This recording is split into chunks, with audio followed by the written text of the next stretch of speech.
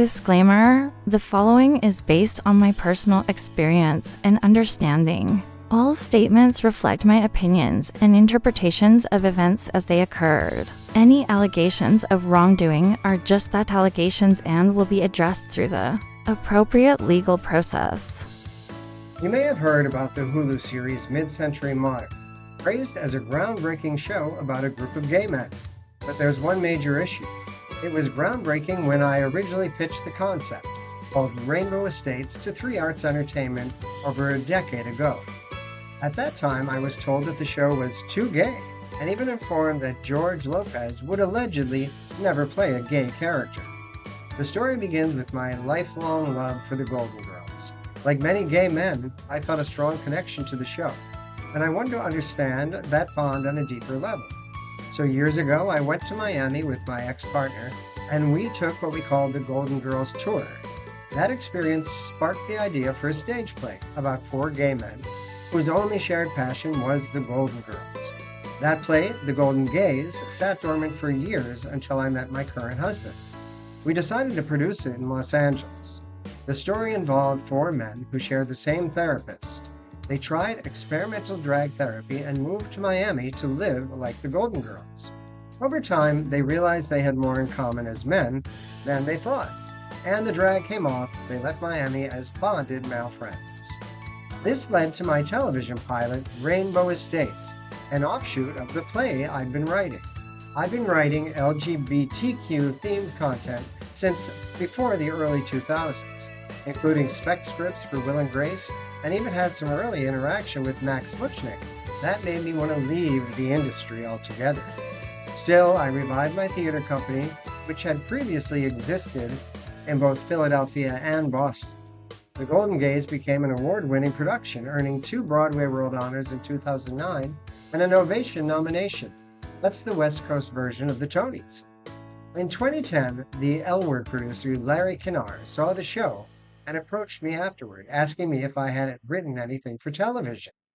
I quickly developed Rainbow Estates, and he offered to help pitch it.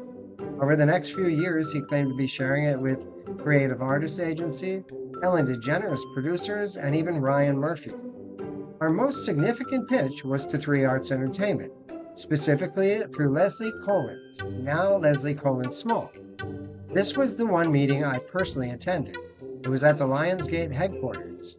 Leslie's office was adjacent to 3 Arts executives, and they shared support staff, meaning script coverage may across desk. In that meeting, Leslie allegedly said there was no real market for a gay-centered show like Rainbow Estates, but discussed potentially selling it to Logo or Bravo, who had been discussing using script television series. To broaden appeal, I had written a version called Mi Casa Su Casa, specifically to incorporate her client, George Lopez. Leslie stated that George would never play a gay character. Keep in mind, this was 2013 and times were very different. We continued to pitch the project for several years. In 2016, sensing that a similar show might be in the works, I registered Rainbow Estates with the Writers Guild. I knew it was a matter of time before someone else recognized the potential of the idea. After Mid-Century Modern premiered on Hulu, friends began calling congratulating me, thinking it was my show. I hadn't even seen it. I no longer live in the USA. But when I did watch, the similarities were allegedly staggering. Rainbow Estates was based on my real-life relationship with 3 longtime friends, one of whom unfortunately has since passed. We talked about retiring together in Palm Springs, the exact premise of Mid-Century Modern. The tone, the relationships, even the idea of the deceased friend whose presence remains, all was central to my original script. Another element I'd suggested is setting the show at the Harpo Marx estate, where I'd attended gay charity events. The Mid-Century Modern house set looks, in my opinion, suspiciously similar.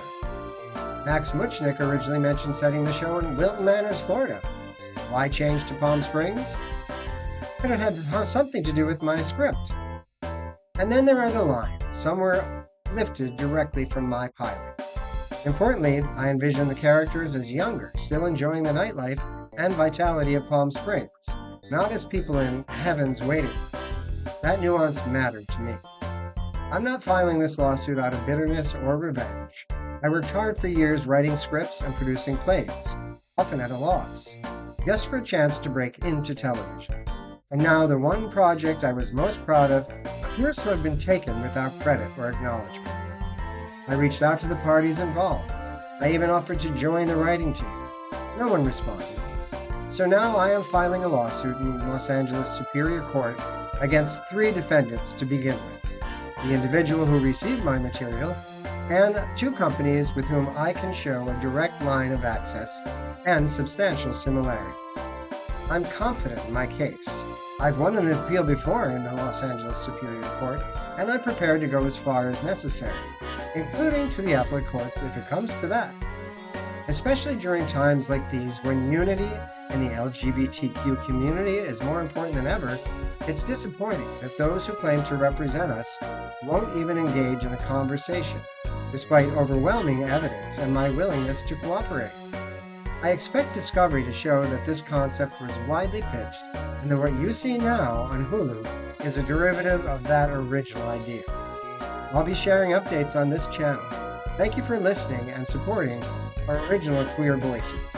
And don't forget to send me any tips that you might have if you're in the industry and you've seen some of this behavior. Thanks again.